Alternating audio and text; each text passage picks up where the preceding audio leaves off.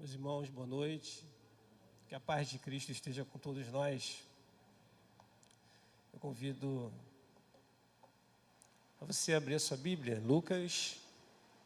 Nós vamos ter a oportunidade, nesse período de Natal, ouvir e olhar para a Mãe de Jesus. O que o coração dela manifestou sobre o nascimento de Jesus Cristo. Eu convido você a abrir a Bíblia em Lucas, capítulo 1. Nós vamos ler o trecho que está entre os versículos 46 ao 56. O Cântico de Maria. E de uma forma respeitosa à palavra de Deus, eu convido a igreja a colocar-se de pé para fazer essa leitura. São 10 versos. E vamos orar ao Senhor. Nosso Deus, nosso Pai, nós suplicamos que o Senhor fale conosco através da Tua palavra. Que o Teu Espírito Santo ministre aos nossos corações, ó Deus, as razões pelas quais nós precisamos Te engrandecer, magnificar o Teu nome, Te engrandecer, Senhor, bendizer a Ti, nos curvarmos aos Teus pés em adoração, em reverência, naquilo que o Senhor fez por nós em Cristo Jesus. Ajuda-nos, ó Pai, ajuda-nos. Em nome de Jesus Cristo nós oramos. Amém. Amém. Eu convido você a alterne comigo, por favor, a leitura desse texto. Então disse Maria: a minha alma engrandece ao Senhor. O meu espírito se alegrou em Deus, meu Salvador, porque contemplou na humildade da sua serva. Pois desde agora todas as gerações me considerarão bem-aventurada, porque o poderoso me fez grandes coisas. Santo é o seu nome. A sua misericórdia vai de geração em geração sobre os que o temem. Agiu com o seu braço valorosamente, dispersou os que no coração alimentavam pensamentos sobre ele. Derribou do seu trono os poderosos e exaltou os humildes. Encheu de bens os famintos, despediu vazios os ricos. Amparou a Israel, seu servo, a fim de lembrar-se da sua misericórdia, a favor de Abraão e da sua descendência para sempre, como prometera aos nossos pais. Todos. Maria permaneceu cerca de 3 meses com Isabel e voltou para casa. Amém? Podem sentar. Ela ficou 3 meses com Isabel. Se você olhar um pouco antes, ela foi visitar a Isabel, que era sua prima, e Isabel estava no 6º mês de gravidez de João Batista. Então Maria ficou com Isabel até o nascimento de João. E quando João nasce, ela volta para sua casa. Eram parentes. Quando Maria chega para visitar Isabel, lá a partir do versículo 39, Isabel fica assustada e dentro do seu ventre o menino ele se agita. E ela faz uma exclamação em uma voz carregada de emoção, lá no versículo 42, bendito és tu entre as mulheres, e bendito o fruto do teu ventre. Se pode adotar algumas posições em relação a Maria, e tem os dois extremos. Um extremo é simplesmente ignorar Maria. Ela apenas foi um instrumento nas mãos de Deus, e toda a glória deve ser rendida a Cristo Jesus e a Deus, e o que é uma postura. O outro extremo é elevar Maria em adoração, ao ponto de fazer de Maria uma mediadora. Nos séculos 19 e 20, a Igreja Católica Romana colocou isso como dogma, que Maria ela viveu sem pecado original, ela foi assunta aos céus seu corpo não viu perecimento. Isso foram decisões estabelecidas. A Bíblia não tem base para isso.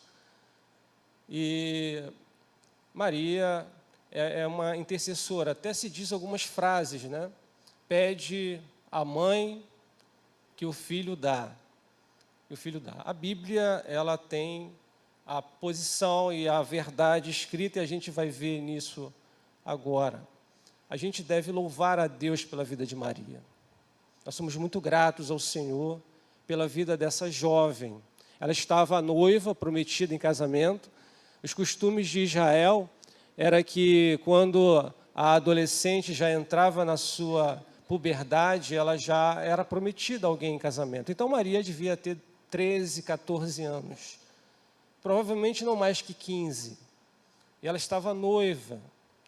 E a gente percebe que essa jovem judia,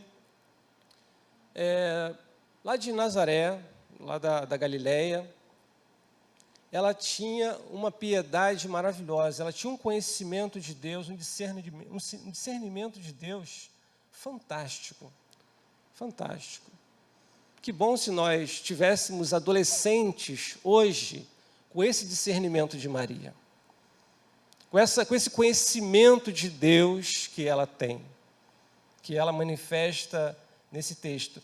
É a porção bíblica que nós paramos para ouvir Maria. Não tem outra porção similar na Bíblia em que Maria expressa em suas palavras o que ela sente, qual é a percepção que ela tem disso tudo.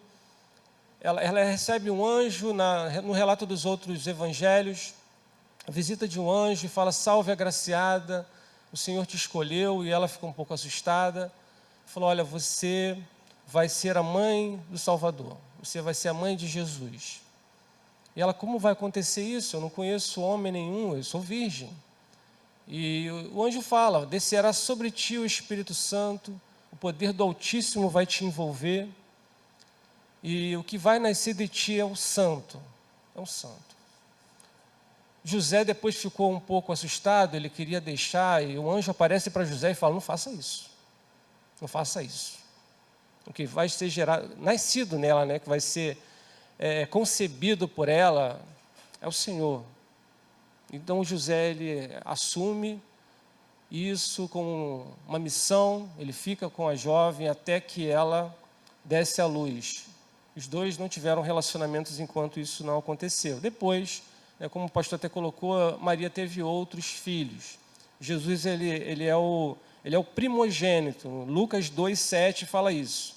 Ela deu luz ao seu primogênito. Depois vieram outros filhos. Mas qual é o coração de Maria? O que ela fala? Como é que ela vê isso? Esse texto também ele é conhecido como Magnificat. Magnificat. Porque na tradução da Bíblia do grego para o latim, a primeira expressão desse texto, dessa porção, foi traduzida como magnificado seja o Senhor. Magnificado. Na nossa versão, ela diz: a minha alma engrandece ao Senhor. Está no mesmo sentido. Mas acabou pegando. Então, em muitas tradições cristãs, vão se chamar esse texto de Magnificat, ou Cântico de Maria, que está na nossa edição de Bíblia. Mas ela nos ensina, irmãos, esse texto ele nos ensina aqui maneiras pelas quais nós devemos magnificar a Deus, devemos engrandecer a Deus por Jesus Cristo. E ela nos ensina isso, de uma forma tremenda. Nós temos muitas razões para engrandecer a Deus, muitas razões. Esse final de ano é comum a gente olhar para o ano de 2019, de janeiro, início do ano, para cá, e percebermos o quanto Deus tem sido bom na nossa vida. Como Deus é bom, como Deus é misericordioso. E nesse período, a gente faz essa reflexão e, ao fazermos o balanço, se você tiver um pouquinho de sensibilidade no seu coração, certamente você vai magnificar a Deus. Porque entre os prós e o contra, você percebe a mão de Deus te sustentando a sua família. Porque Deus, ele é fiel. E ele vela pela sua palavra. Você consegue entender a importância de Jesus Cristo? O nascimento dele, o que significa? O Natal, ele tem todo esse glamour de presente, de comida, de celebração, as famílias se reúnem, às vezes não sabem nem porquê, o importante é Natal, aí tem aquelas luzes, né?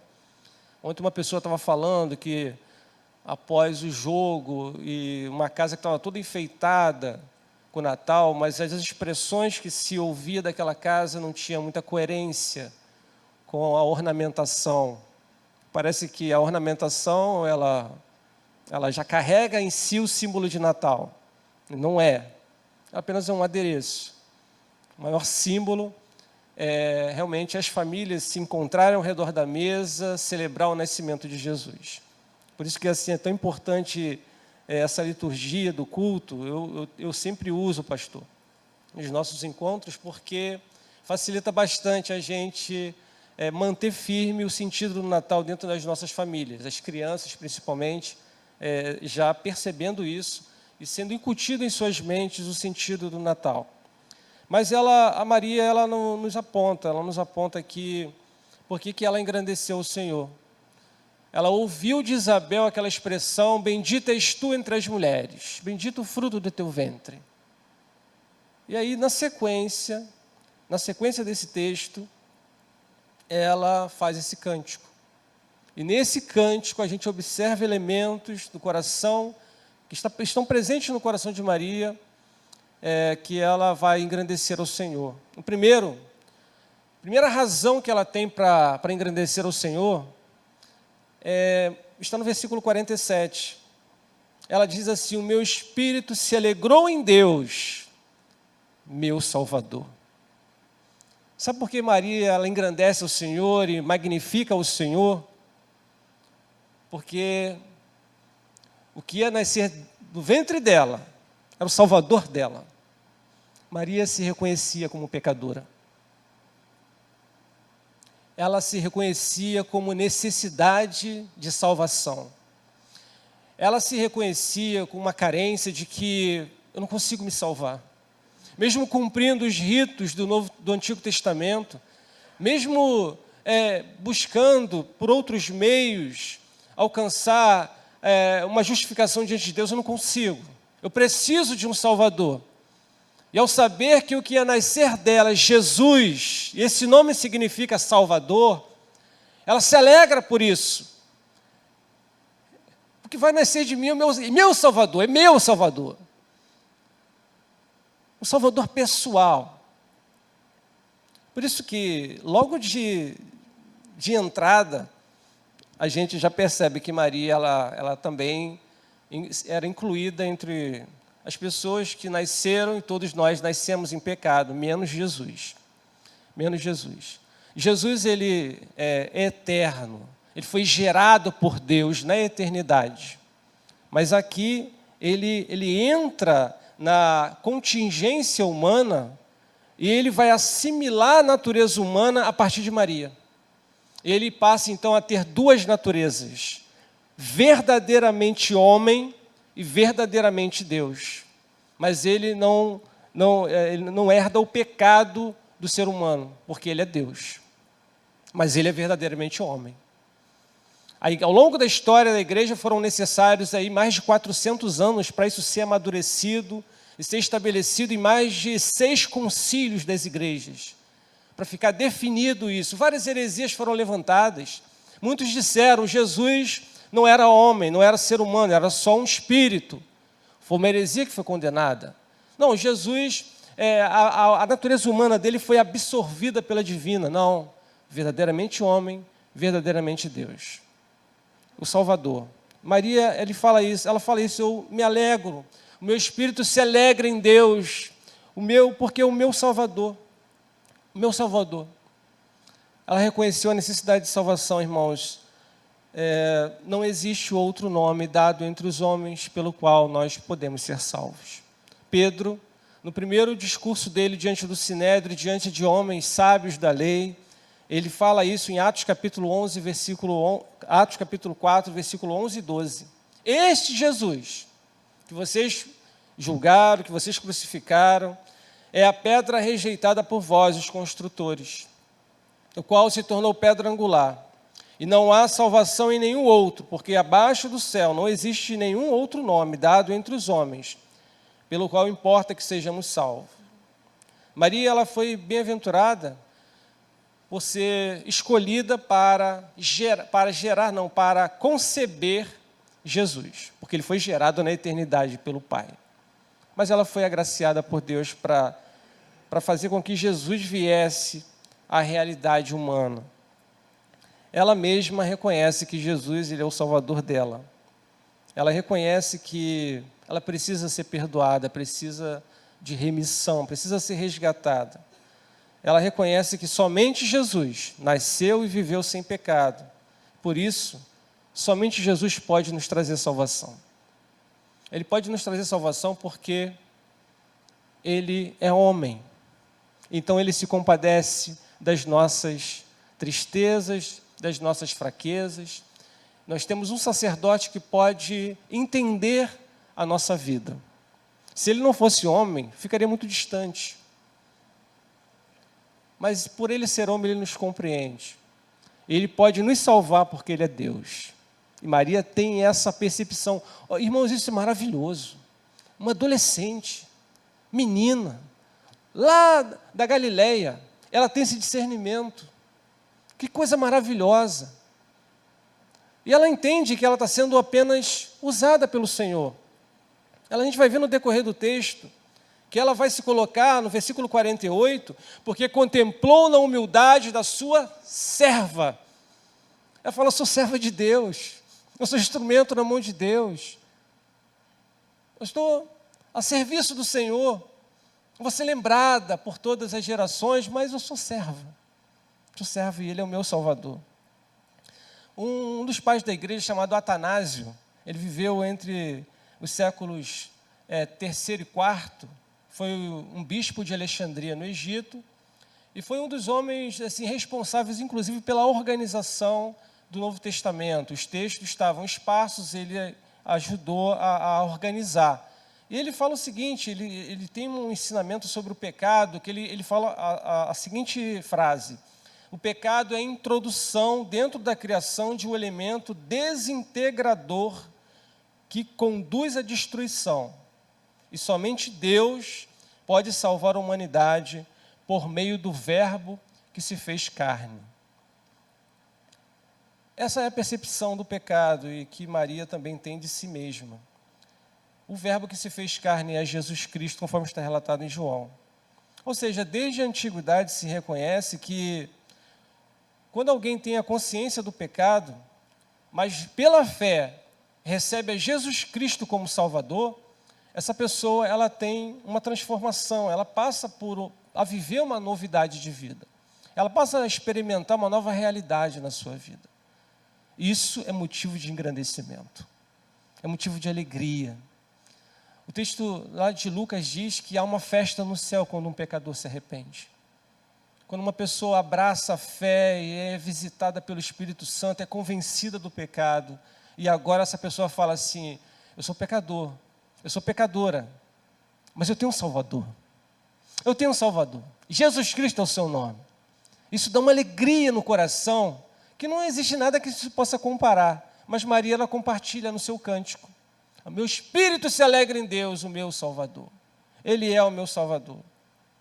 Muitos de nós, mesmo já tendo essa experiência da regeneração, do novo nascimento, muitas vezes ainda passamos por situações de tentações, passamos por situações de pecado, muitas inclinações que ainda não conseguimos vencer, e percebemos como isso afeta o nosso relacionamento com Deus.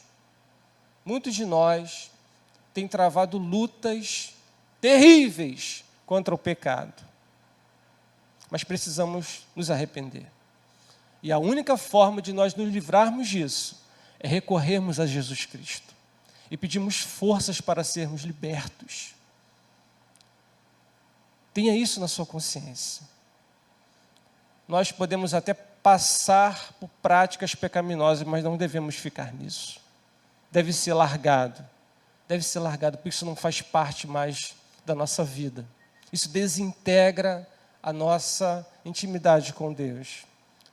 Nós temos Jesus Cristo, que é o nosso advogado junto ao Pai. A Ele que nós devemos recorrer. Ele é nosso Salvador.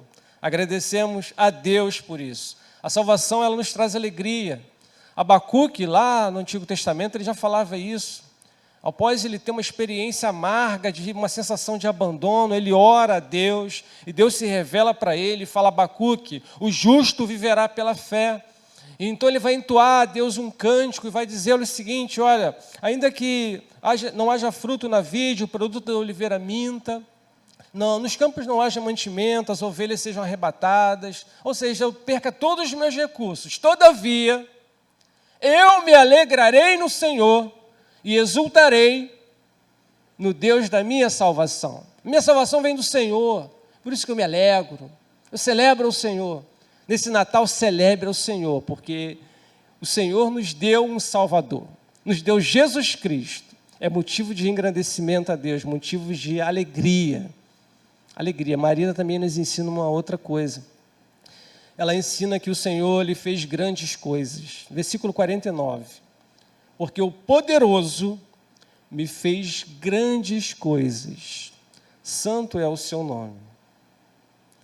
Algumas coisas que Maria ela entende. Por quê? Porque se a gente pudesse perguntar a Maria, né? Maria, que grandes coisas é essa que você está falando? Bom, primeiro, uma virgem ficar grávida. Uma virgem conceber o Filho de Deus. Isso é uma coisa maravilhosa. Assim, se a gente parar na lógica, isso não confunde a nossa mente. Como é possível? Como é possível o eterno, o infinito, visitar o finito e, a partir dali, ser criado um novo ser, um ser, no caso, que assimila a natureza humana e que um Deus que é configurado como um bebezinho, e ele tem toda a sua vida normal, ele amamenta, ele com 12 anos ele está entre os doutores aprendendo, ele é obediente aos seus pais, ele tem uma vida normal, normal.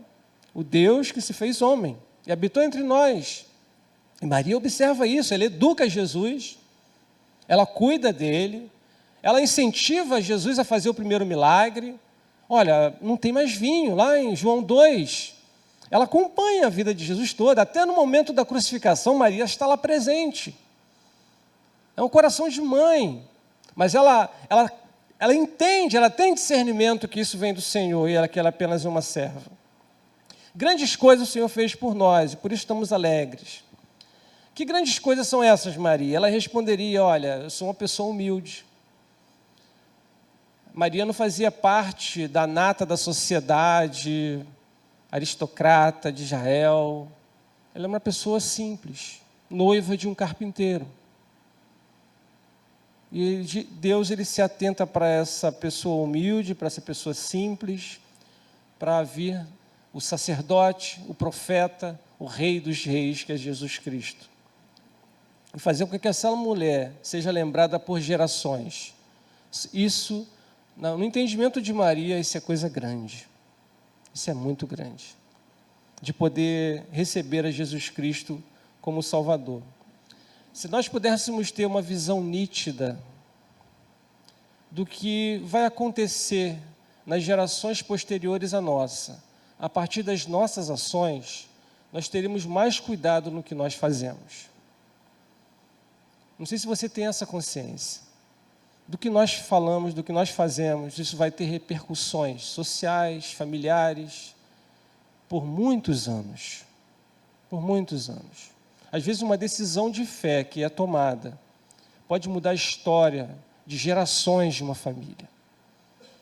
Mas uma coisa que vincula Maria aqui a ser lembrada é Jesus Cristo. Se não fosse Jesus Cristo, não estaríamos falando de Maria. Mas ela celebra isso, ela fala: eu vou ser lembrada.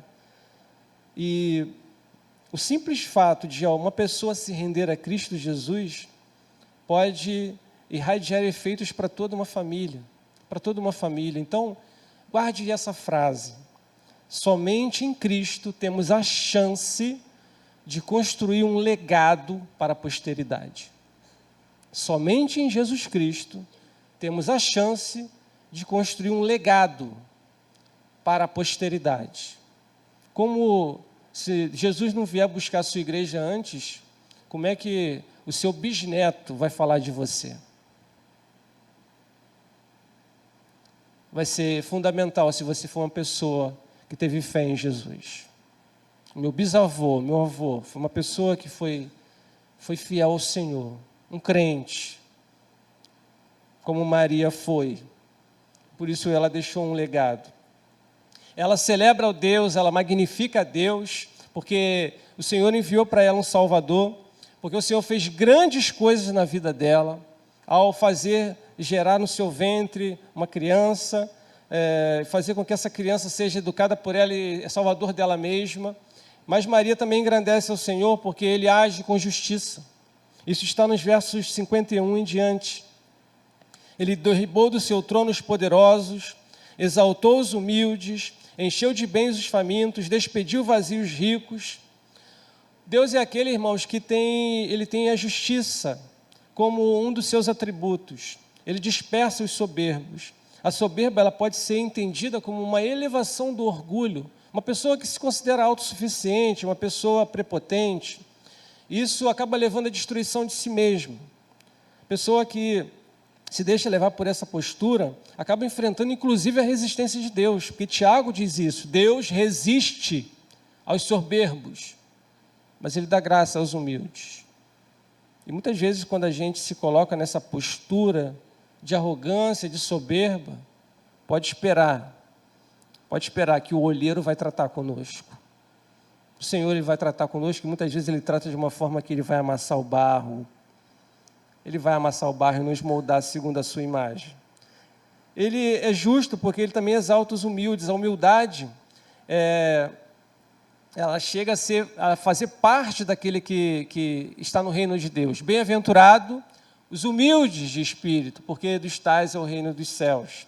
A humildade, ela tem como um dos seus professores maiores, Jesus Cristo. Nessa cadeira de humildade, Jesus falou, aprendei de mim, que eu sou manso e humilde de coração, e encontrareis descanso para a vossa alma. Mateus 11, 29. Ela celebra o Senhor porque Ele é justo, porque Ele também enche de bens os famintos. Salmo 9, verso 18, fala o seguinte, pois o necessitado não será para sempre esquecido, e a esperança dos aflitos não se há de frustrar perpetuamente. Nós podemos ter muitas privações na vida, irmãos. O fato de sermos cristãos, isso não nos blinda de passarmos por privações.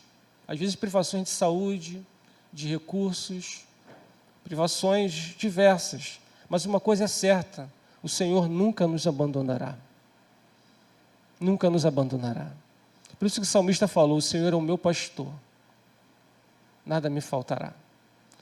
Alguém uma vez fez um trabalho com as crianças, para que as crianças decorassem os versículos da Bíblia na escola dominical e depois falassem na igreja. E a uma criança foi dada a tarefa de decorar o Salmo 23. Só o verso primeiro só. E ela ficou a semana toda decorando. E ela trabalhou, ela escreveu. Ela tinha por volta de 5 aninhos aquela criança. E ela decorou, o Senhor é o meu pastor, nada me faltará. O Senhor é o meu pastor, nada me faltará. Aí no dia de falar aqui na igreja, né? Nessa história, a criança pegou o microfone, só que quando chegou diante da igreja, viu aquela multidão olhando para ela. Tadinha, a criança ficou nervosa. E falou assim, o Senhor é o meu pastor. O Senhor é o meu pastor. E não falou mais nada. Aí entregou o microfone e foi embora correndo. Aí o pastor da igreja pegou o microfone e falou assim, irmãos, isso basta. O Senhor é o meu pastor. O resto é tudo derivação dessa frase. É o que basta. O Senhor que cuida de nós. Ele que nos ampara. Isso é um gancho para o próximo ponto. Além de Deus ser aquele que salva, aquele que faz grandes coisas, aquele que é justo, mas também é aquele que ampara, aquele que cuida. Verso 54 diz isso: amparou a Israel, seu servo, a fim de lembrar-se da sua misericórdia. Amparar aqui dá uma ideia de segurar com a intenção de ajudar. É como se pegasse uma criança e falasse assim: eu vou te ajudar, eu vou te amparar. É isso que Deus faz com Israel. Deus não esqueceu das suas promessas. A promessa que Ele fez lá para Abraão, ela foi renovada aos pais, aos povos, a Isaac, a Jacó, a Moisés, a Davi. E Deus não se esqueceu das suas promessas. Em um determinado tempo, no tempo de Deus, Ele visita o seu povo nesse momento. E ela lembra dessa toda a trajetória, e ela fala assim: o Senhor manteve a sua misericórdia. Porque Ele poderia muito bem, na sua ira, rejeitar o povo. Mas Ele mantém a sua misericórdia, Ele se compadece das nossas fraquezas, Ele redime a nossa alma da cova, e Ele nos traz a alegria da salvação. Isso que Maria experimenta com uma alegria. Ele fala assim: esse Deus é um Deus que cumpre as suas promessas. As suas palavras não caem no vazio. Pode passar os céus e a terra, mas as palavras do Senhor, elas não passarão. Elas serão cumpridas, porque fiel é aquele que prometeu.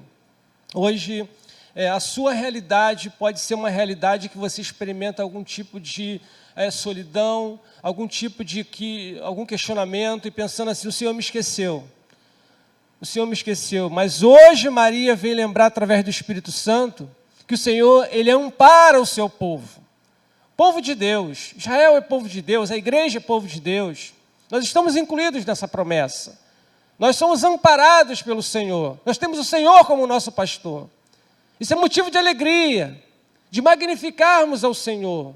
Glória a Deus por isso, porque temos um Senhor que se compadece de nós. Creia que no momento certo, o Senhor vai manifestar também a misericórdia dEle na sua vida. E você vai poder entrar nessa fileira de Maria e falar assim: a minha alma engrandece ao Senhor. Meu espírito se alegra no Deus da minha salvação. Como Deus é bom. Como Deus é bom. Nesse Natal, irmãos, aprendemos hoje no Espírito Santo, através da sua palavra, pela instrumentalidade de Maria, que devemos celebrar o Senhor, engrandecer a Deus por Jesus Cristo. Por quê? Primeiro, porque Ele é o nosso Salvador. Porque Ele é o nosso Salvador. Ele é quem nos garante. Se não fosse por Jesus Cristo, nós estávamos perdidos, eternamente. Mas em Cristo Jesus, nós alcançamos a vida eterna. Nós temos o favor de Deus. Quando Deus olha para nós, Ele olha primeiro para Jesus Cristo. E quando Ele olha para Jesus, Jesus está lá intercedendo por mim e por você, como nosso sumo sacerdote, nosso advogado. Isso é motivo de regozijo nas nossas vidas. Nós engrandecemos a Deus também porque Ele tem feito grandes coisas em nossas vidas. Grandes coisas. Aquilo que Deus faz é grande, é maravilhoso. Maravilhoso.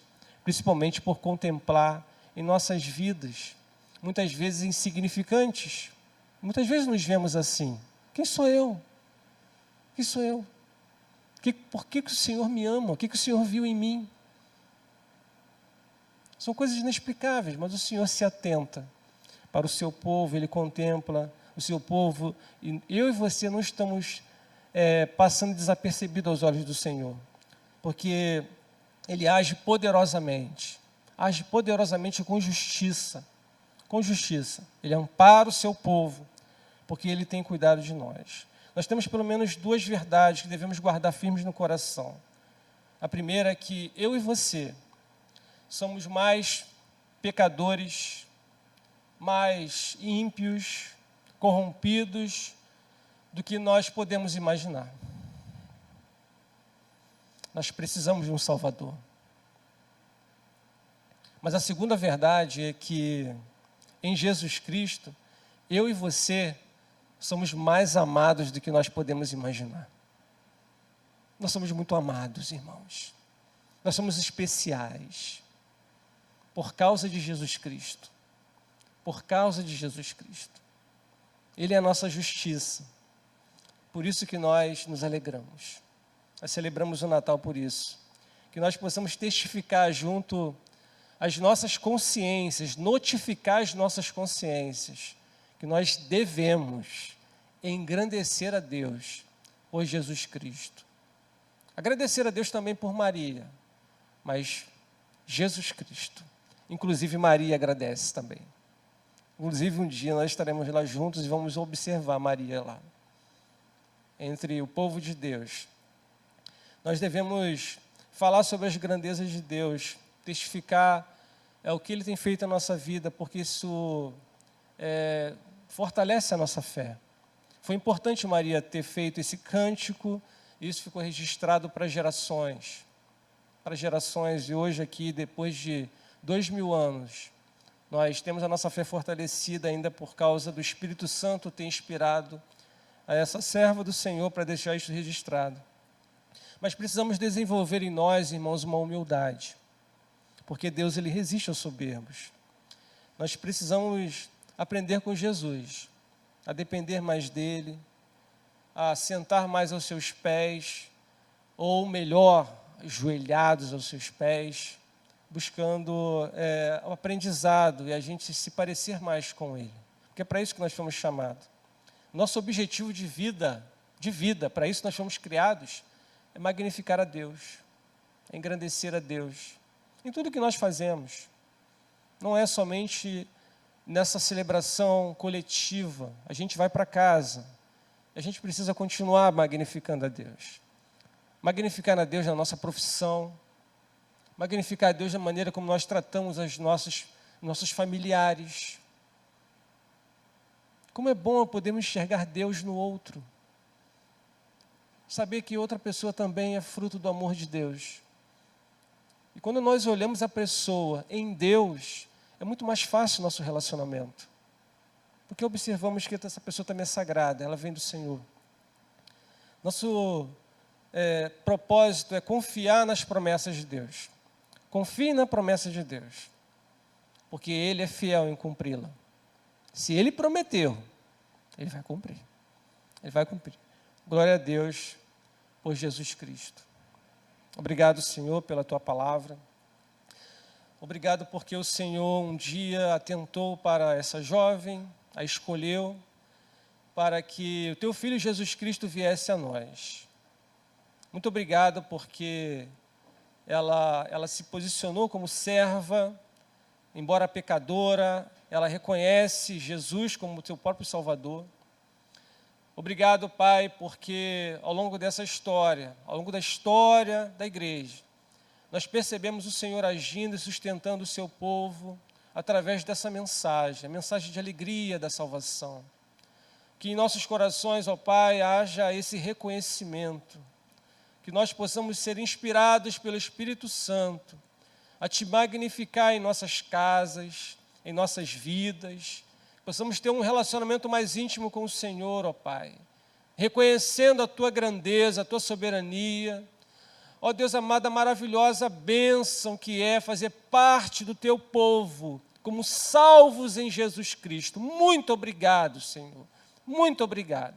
Que o Senhor nos dê uma semana maravilhosa na Tua presença. Em Cristo Jesus nós Te agradecemos. Amém. Amém. Fiquemos em pé. Recebamos a bênção. Que a graça maravilhosa de nosso Senhor e Salvador Jesus Cristo, o amor insondável e incomparável de Deus Pai, o consolo e o conforto do Espírito Santo estejam sobre todos nós, sobre todo o povo de Deus, hoje e por todo sempre. Amém. Podemos sentar.